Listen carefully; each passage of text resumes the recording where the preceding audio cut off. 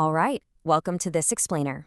Today we're diving straight into one of the most radical and, frankly, most fascinating cultural shifts in modern sports history. We are looking at the dramatic transformation of English football over the past 50 years. Specifically, we really want to answer this one central question. How exactly did English football transform from literal weekend war zones into these pristine 737 million-pound megastadiums? We're going to trace the exact path of how a sport fundamentally redefined its environment, its audience, and its very architecture just to save itself from ruin. Part 1. The English Disease. To understand where we are today, we've got to travel back to the 1970s and 80s, which was an era when a really dark, violent cloud hung over the entire sport.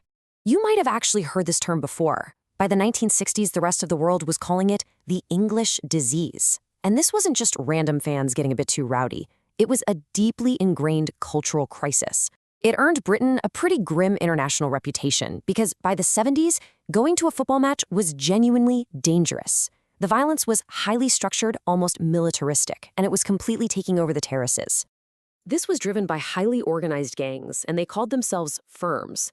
If you look into the history, you find groups like West Ham's Inner City Firm, Chelsea's Headhunters, Millwall's Bushwhackers, and Manchester United's Red Army.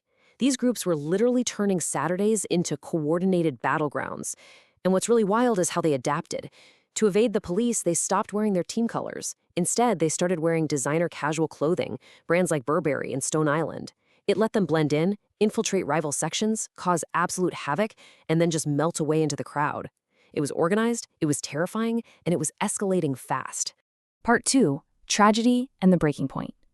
Because, as you can imagine, this localized violence didn't just stay contained. It steadily escalated until it hit a terrifying peak in the mid-1980s. 1985 is the year everything essentially shattered. In a span of just 3 months, a series of horrifying events forced both the government and the sporting world to admit the game was fundamentally broken. In March, Millwall supporters sparked massive riots in Luton. Then, on May 11th, violent clashes at a Birmingham City versus Leeds United match led to a wall actually collapsing, which tragically killed a 14-year-old boy. And then, just weeks later, on May 29th, the unthinkable happened. At the European Cup final in Brussels at the Hazel Stadium, a riot instigated by English fans led to a crush that left 39 people dead, most of them Italian fans. The fallout was massive. English clubs were completely banned from all European competitions for 5 whole years. To give you a sense of the sheer scale of the chaos back home, Justice Popplewell described that horrific May 1985 Birmingham riot as being more like the Battle of Agincourt than a football match. Think about that. Fans were literally tearing up seats and advertising boards to use as missiles. 96 policemen were injured in that one incident alone. The nation was reeling, and it was abundantly clear that football simply could not continue like this. Part 3. The government crackdown. Realizing the sport was on the brink of total collapse, the UK government stepped in and dropped the hammer. This is a crucial turning point. Prime Minister Margaret Thatcher actually formed a literal war cabinet to combat the violence. They stopped treating this as a quirky sporting issue and started treating it as a severe criminal and public order crisis. They brought heavy-handed authority directly into the stands, calling for stiff prison sentences to serve as an uncompromising deterrent. They rolled out this super systematic, step-by-step legislative crackdown to forcibly sanitize the matchday experience. First up, the Sporting Events Act of 1985, which heavily restricted alcohol at the grounds and on transport. Then, the Football Spectators Act of 1989.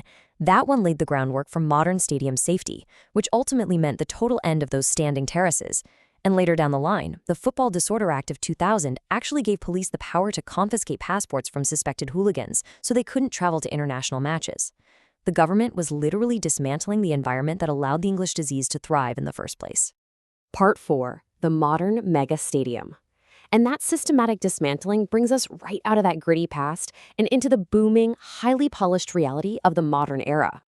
Just look at this staggering number, 737 million pounds. That was the construction cost of the new Wembley Stadium when it opened in 2007. It represents the ultimate architectural solution to all that past chaos. Designed by Foster & Partners and featuring that massive 133-meter-high steel arch, it is an expensive, tightly controlled, magnificent fortress. It's the absolute antithesis of those crumbling, dangerous 1980s terraces.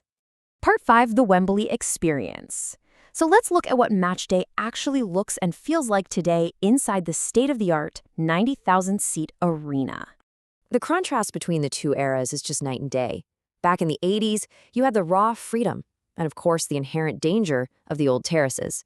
It was standing room, fans easily mixing with each other, and very few rules. But modern Wembley? Every single person has an assigned seat. Opposing fans are strictly segregated. Intensive security checks are totally mandatory. You're moved on escalators through these massive, spacious concourses that are monitored by highly sophisticated camera systems. Today, the built environment strictly dictates the behavior. But as you can guess, this level of safety comes with some incredibly strict parameters. We basically traded those weekend war zones for a highly corporatized experience. Today, you literally cannot bring a bag larger than a standard sheet of A4 paper into Wembley unless you have a pre-approved medical exemption. And the cost of all this sanitized safety? Well, the food prices are eye-watering. We're talking nearly £6 for a burger and over £7 for a simple slice of pizza. That rough-around-the-edges working-class Saturday afternoon has been completely transformed into a highly regulated, premium-priced consumer event. Part 6. Lingering Shadows. As we step back and analyze this massive transformation, we really have to ask ourselves, have the underlying societal issues actually vanished? Well, recent events show us that while incidents are definitely rarer and usually pushed far away from the stadiums themselves, the violence hasn't been entirely eradicated. Just look at the data from the last few years. There were 69 arrests during chaotic riots right outside Wembley at the Euro 2020 final. In 2021, we saw literal street battles a mile away from the stadium between Leicester and Napoli fans. And recently, in 2024, a bitter rivalry match between West Brom and Wolves had to be delayed for nearly 40 minutes because bloody violence erupted right there in the stands. So yes, the disease is mostly contained, but these flare-ups are a stark reminder that the embers are still hot. And that leaves us with a really fascinating final thought for this explainer. The transformation of English football from a public order crisis into a multi-billion-pound corporate spectacle is honestly one of the greatest rebranding successes in history. We engineered safer, spectacular mega stadiums with strict laws and premium prices, but did we actually cure the culture? Or did we just price it out and build walls high enough to keep it out of sight? It's a complex reality. It proves that a £737 million stadium can completely change how we watch the game, but it might never fully change the human nature surrounding it. Thanks for joining me, and keep questioning what's beneath the surface of the world we've built.